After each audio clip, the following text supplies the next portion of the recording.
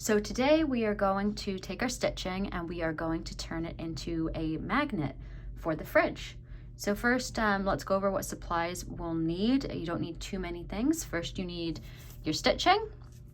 Then you need some sort of magnetic strips, something like this. I don't know if you can tell if they're stuck together, but these are 1, 2, 3, 4, 5, 6 strips in a pack. So you would just need 2 of these little pieces here. Or if you can't find something like these, which you should be able to find at Walmart or on Amazon or craft store, you could also use something like this, a magnetic button. And both of these have an adhesive back, so it's very easy to use. You will also need some glue. We love Aleene's tacky glue. It's super easy to use. Then we need a needle. You need some sort of piece of card. If you don't have a piece of card like this, a plain one, you could always use the back of a cereal box. You'll need, lastly, a pencil, a ruler, and some scissors. And we like the Pelican Scissors. So for this, you can use any chart that you would like to turn into a magnet. These are charts from my Patreon for February. So if you'd like to get these charts for your magnets, you can head on over to Patreon. I'll put the link in the description of the video down below. But just any small shaped rectangle or square could work fairly easily to turn into a magnet. So here we go. The first thing that we're going to do is you're going to take your stitching and you're going to cut it just 2 away from the edge of the stitching.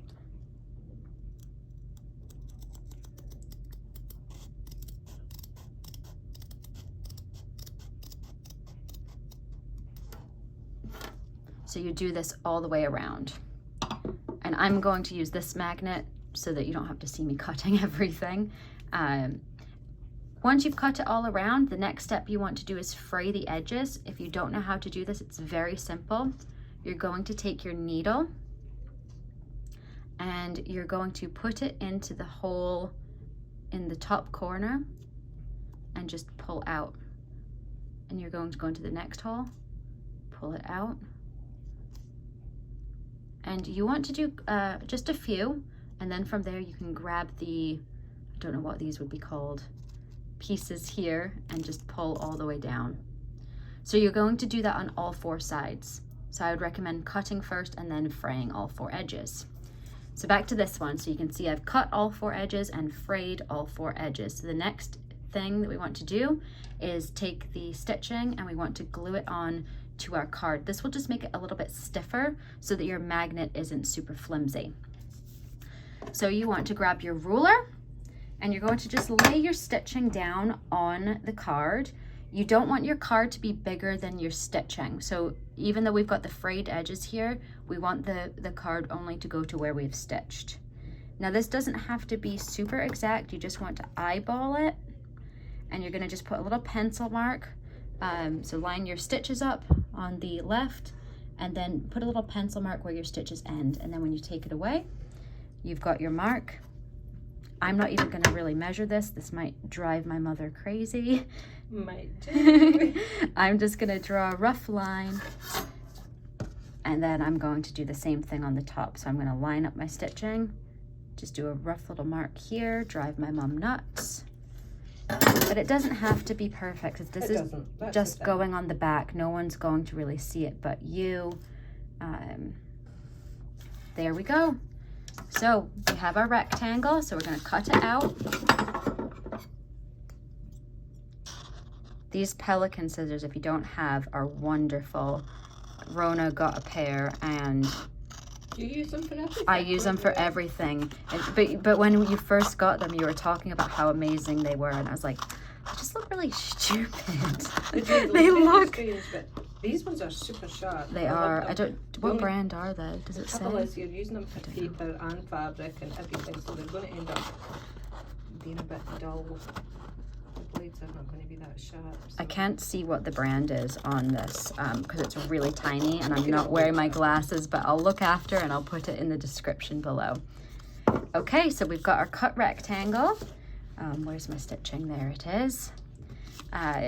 So all we're going to do is we are going to attach the stitching to the card. So we're going to grab our handy dandy glue. Oh, if we can get it open, which I can't. Okay, we'll stop the video and then we'll come back. Okay, so we're back. We had to go get someone else to open the glue because neither of us could do it. So once you have your glue open, hopefully very easily, you are going to just take it. You can use whatever you would like to attach it to the card. If you have a brush, you could do that. We are just using a very high-tech coffee stirrer. I think, is that the word? Stirrer? Yeah, it's just a coffee stir. Yeah, one of those wooden or plastic things from the coffee shop. Now, I think with this, you want it to be thick enough that it attaches, but you don't want it to be so thick that it squidges through your stitching. But one thing to note, one thing I do like about this glue is that it does dry clear. So if you do get a little bit through onto your stitching, don't panic. Yeah, don't panic. Yep. And the other thing you want to make sure is that you get the glue right up to the edges. That's the other thing to note. So as you can see, this is not high tech, but it works. It works for what we want to do. Okay, there we go. So it's all over. It's also a little bit on my fingers as well, but that's okay. We're going to turn it upside down. And you just want to hold it right above before you press down to make sure it's where you want it to be. And then you're going to press it down.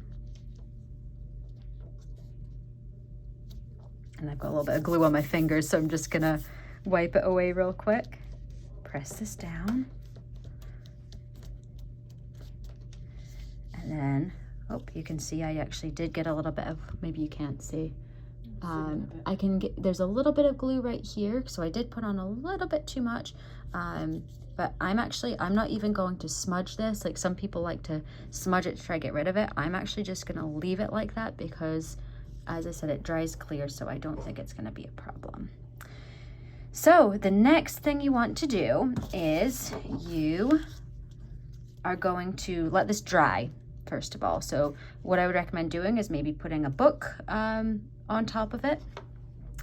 But just for this video, we're just going to move on to the next part. So you're going to get your magnetic strips or your magnetic dots, and you're going to peel off the back. And I'm going to put one on. Oh, I guess I should also mention before you do this, you want to cut your magnet to the size of your piece. So I snipped just about this much off of the adhesive strip.